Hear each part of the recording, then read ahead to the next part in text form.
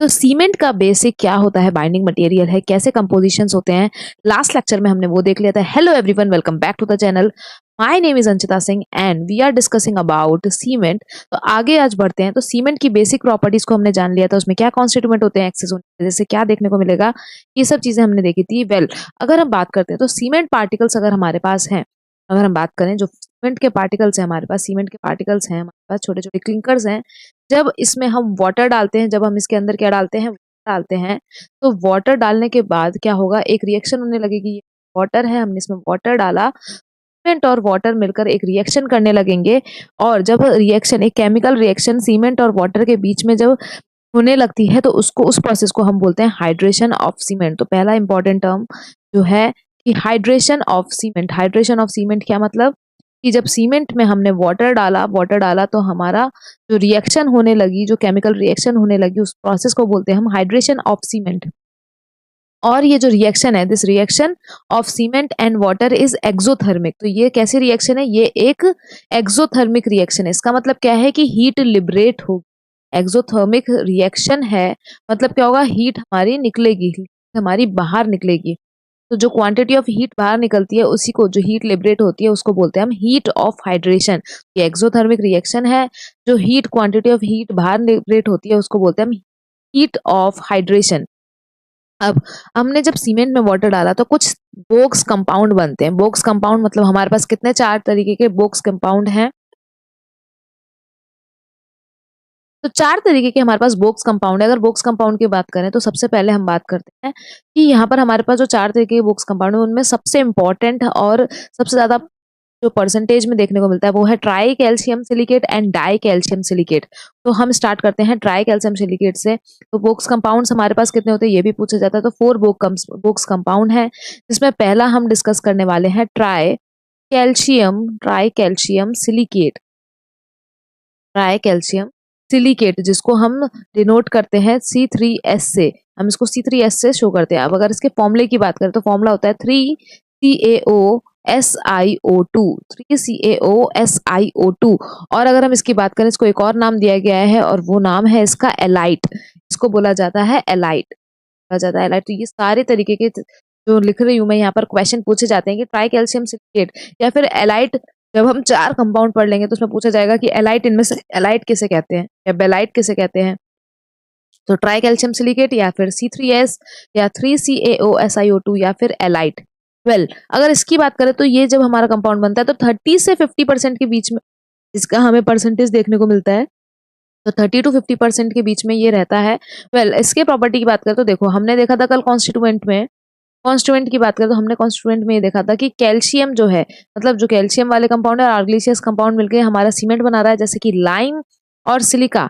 तो आप देख सकते हो लाइम और सिलिका सबसे ज्यादा परसेंटेज में थे कंपोनेंट में, और दोनों ही स्ट्रेंथ प्रोवाइड कर रहे थे। तो ये अगर हम बात करते हैं ट्राई कैल्शियम सिलिकेट की, तो ये हमारे लिए बहुत इंपॉर्टेंट है। क्यों? क्योंकि ये क्या प्रोवाइड करता है, ये प्रोवाइड करता है हमें जो हमारी इसकी बात करते हैं, ये हमारे स्ट्रेंथ के लिए, ये अर्ली स्ट्रेंथ जो होती है, रैपिड हार्डनिंग के लिए रिस्पॉन्सिबल है। और ये अर्ली गेन इन स्ट्रेंथ के लिए बहुत ज्यादा रिस्पॉन्सिबल है। तो सबसे पहली बात, कुछ कुछ पॉइंट्स लिखते हैं। तो ये हमें क्या देखने को मिलती है, इसकी वजह से हमें देखने को मिलती है रैपिड हार्डनिंग। रैपिड हार्डनिंग देखने को मिलती है अर्ली स्ट्रेंथ के लिए। 7 से 14 दिन के अंदर, 7 to 14 डेज के अंदर हमें इसमें देखने को मिलेगा, स्ट्रेंथ ले लेता है ये। तो अर्ली गेन इन स्ट्रेंथ, ये सारे पॉइंट्स याद रखने हैं कि किस प्रॉपर्टी क्या होती है। रैपिड हार्डनिंग देखने को मिलेगी, अर्ली गेन इन स्ट्रेंथ देखने को मिलेगा, और हायर हीट ऑफ हाइड्रेशन देखने को मिलेगा। तो हीट ऑफ हाइड्रेशन ज्यादा देखने को मिलता है। तो हीट ऑफ हाइड्रेशन भी अच्छा खासा देखने को मिलता है। Heat of hydration in compare to C2S तो ज्यादा ही है, इसमें हीट ऑफ हाइड्रेशन भी मोर है। तो ट्राई कैल्शियम सिलिकेट की बात करें तो ये rapid hardening, early gain in strength और हीट ऑफ हाइड्रेशन भी हमें ज्यादा देखने को मिलती है। ये इसकी प्रॉपर्टीज हैं। वहीं पे हम बात करते हैं सेकंड जो हमारा बोक कंपाउंड है, जिसे बेलाइट भी बोला जाता है, और वो है डाई कैल्शियम। डाई, वो है हमारा डाई कैल्शियम सिलिकेट। तो अगर हम इसकी बात करें, डाई कैल्शियम सिलिकेट की बात करते हैं, तो ये इसको हम C2S से शो करते हैं, C2S से शो करते हैं, या फिर 2CaOSiO2, ये इसका फॉर्मूला है। या फिर हम इसका नाम देते हैं बेलाइट, इसका नाम होता है बेलाइट। और ये हमें 20 से 45% में देखने को मिलता है। इसका percentage composition present in cement तो इस बोक्स कंपाउंड का परसेंटेज होता है 20 to 45%। वेल इसके प्रॉपर्टीज की अगर डिस्कशन करें, इसकी प्रॉपर्टीज की बात करते हैं, तो जैसे वो अर्ली स्ट्रेंथ के लिए, अर्ली गेन इन स्ट्रेंथ के लिए रिस्पॉन्सिबल था, ये हमारे अल्टीमेट स्ट्रेंथ के लिए रिस्पॉन्सिबल होता है। ये किसके लिए रिस्पॉन्सिबल है? अल्टीमेट स्ट्रेंथ, जो हमें लॉन्ग रन में जो स्ट्रेंथ मिलती है उसके लिए रिस्पॉन्सिबल है। तो ये अल्टीमेट स्ट्रेंथ के लिए रिस्पॉन्सिबल है। इसकी जो हीट ऑफ हाइड्रेशन है वो बहुत ही लो है। तो लो हीट ऑफ हाइड्रेशन देखने को मिलती है, लो हीट ऑफ हाइड्रेशन, और ये बहुत ही ज्यादा रेजिस्टेंस प्रोवाइड करता है, प्रोवाइड रेजिस्टेंस अगेंस्ट। तो क्या करता है? बहुत ही ज्यादा रेजिस्टेंस प्रोवाइड करता है, provide resistance against chemical attack. जो केमिकल अटैक होते हैं उसके अगेंस्ट ये बहुत ही ज्यादा रेजिस्टेंस प्रोवाइड करता है। तो ये जो है बेसिकली अगर इसकी बात करें तो ये अल्टीमेट स्ट्रेंथ शो करता है, लो हीट ऑफ हाइड्रेशन देखने को मिलती है, provides higher resistance against chemical attack. कोई भी केमिकल अटैक होने वाला है उससे हमें हायर रेजिस्टेंस देखने को मिलता है। तो अगर हम बात करें तो हमने देखा कि ultimate strength, low heat of hydration और provide resistance against chemical attack. तो जब भी मुझे कुछ इस तरीके का सीमेंट बनाना होगा जिसमें मुझे लॉन्ग ड्यूरेशन में बहुत ज़्यादा स्ट्रेंथ चाहिए और मैसिव कंस्ट्रक्शन में यूज़ कर रहे हैं, अगर मैसिव कंस्ट्रक्शन हो रहा है तो वहाँ पर हम C2S का जो परसेंटेज है वो हम इंक्रीज कर देंगे। C2S का परसेंटेज वहाँ पर क्या कर देंगे? हम इंक्रीज कर देंगे। थर्ड कंपाउंड को देखते हैं। जो थर्ड हमारा बोक्स कंपाउंड है उसका नाम है tricalcium aluminate. Tricalcium aluminate, tricalcium aluminate, calcium aluminate, जिसको हम बोलते हैं C3A। इसको बोला जाता है C3A, इसका दूसरा नाम है C3A। और अगर हम इसकी बात करें और हम इसको किस नाम से जानते हैं? हम इसे जानते हैं सेलाइट के नाम से, सेलाइट के नाम से जानते हैं। पहले फॉर्मूला लिख लेते हैं, लेकिन TCAO Al2O3, ये तो हमारा इसका फॉर्मूला है। और अगर हम इसकी बात करें, इसका नाम है सेलाइट। इसके नाम की बात करें तो सेलाइट है। सबसे पहले आप देखो एल्यूमिना प्रेजेंट है, इसमें क्या प्रेजेंट है? एल्यूमिना प्रेजेंट है। तो ये किसके लिए रिस्पॉन्सिबल होगा? एल्यूमिना प्रेजेंट है तो ये मतलब हमारे क्विक सेटिंग के लिए रिस्पॉन्सिबल है। ये क्या करता है? ये क्विक सेटिंग प्रोवाइड करता है, क्विक सेटिंग देखने को मिलती है। ऊपर से ये वीक रेजिस्टेंस प्रोवाइड करता है सल्फेट अटैक के अगेंस्ट। तो ये हमने अगर देखें सी के प्रेजेंट है, इसकी वजह से क्या क्या, एक तो क्विक सेटिंग मतलब फ्लैश सेटिंग देखने को मिलती है, इमीडिएट सेटिंग आपको देखने को मिलेगी। इसी के वजह से तो हमें इसी को रोल को तो कॉन्ट्राडिक्ट करने के लिए हमें जिप्सम ऐड किया था अपने मैन्युफैक्चरिंग के टाइम पे, कि फास्ट रिएक्शन से प्रिवेंट कर सकें। तो क्या क्या है? सबसे पहले हमें क्या देखने को मिलता है? इसकी वजह से फ्लैश सेट देखने को मिलता है, फ्लैश सेट देखने को मिलता है। फिर अगर हम बात करें यहाँ पर क्विक सेटिंग के बाद अगर अलावा बात करते हैं तो ये वीक रेजिस्टेंस प्रोवाइड करता है, वीक रेजिस्टेंस प्रोवाइड करता है अगेंस्ट, वीक रेजिस्टेंस अगेंस्ट, के अगेंस्ट वीक रेजिस्टेंस प्रोवाइड करता है सल्फेट अटैक के, सल्फेट अटैक के अगेंस्ट वीक रेजिस्टेंस प्रोवाइड करता है।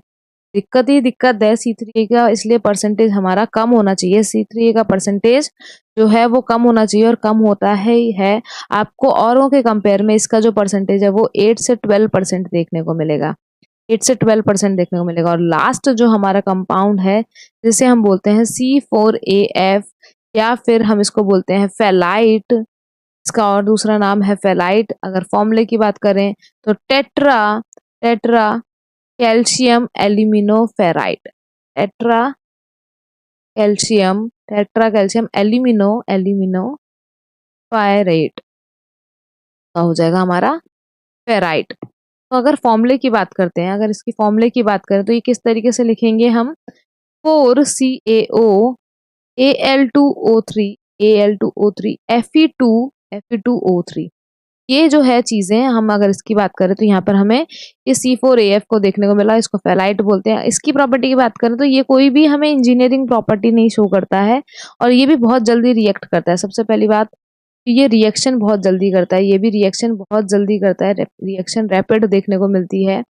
फिर अगर हम बात करें विदिन 24 आवर्स, विदिन 24 की आवर की बात करें तो ये जो हमारा ट्राई कैल्शियम एल्यूमिनेट है और ये जो हमारा C4AF है, ये दोनों देखने को मिलते हैं, इसकी रिएक्शन देखने को मिलती है। इसकी कोई भी इंजीनियरिंग प्रॉपर्टी नहीं है, नो इंजीनियरिंग प्रॉपर्टी, कोई भी इंजीनियरिंग प्रॉपर्टी प्रोवाइड नहीं करता है। लेकिन अगर बात करें कि C3A और C4AF के कंपेयर में कौन ज़्यादा कौन ज़्यादा स्टेबल है, तो जो हमारा C4AF है वो मोर स्टेबल है देन C3A। अगर स्टेबिलिटी की बात करी जाए तो कौन ज़्यादा स्टेबल है, तो C4AF is more stable then C3A। तो ये तो हमारे बोक्स कंपाउंड हो गए। वहीं पे अगर हम बात करते हैं कि कितना वाटर चाहिए होता है, कितना वाटर चाहिए इस रिएक्शन को करने के लिए, तो सबसे पहले एक टर्म समझना पड़ेगा जो है बाउंड वाटर। एक टर्म होता है हमारा बाउंड वाटर, एक टर्म होता है हमारा जेल वाटर। तो दोनों ही टर्म को समझना पड़ेगा हमें। बाउंड वाटर क्या होता है? बाउंड वाटर वो है जो average 23% of water 23% of water by weight of cement by weight of cement. अगर हम सीमेंट में जब हमें बस केमिकली रिएक्शन करानी है, केमिकल रिएक्शन कराने के लिए कितना percentage of water is required, that is 23%।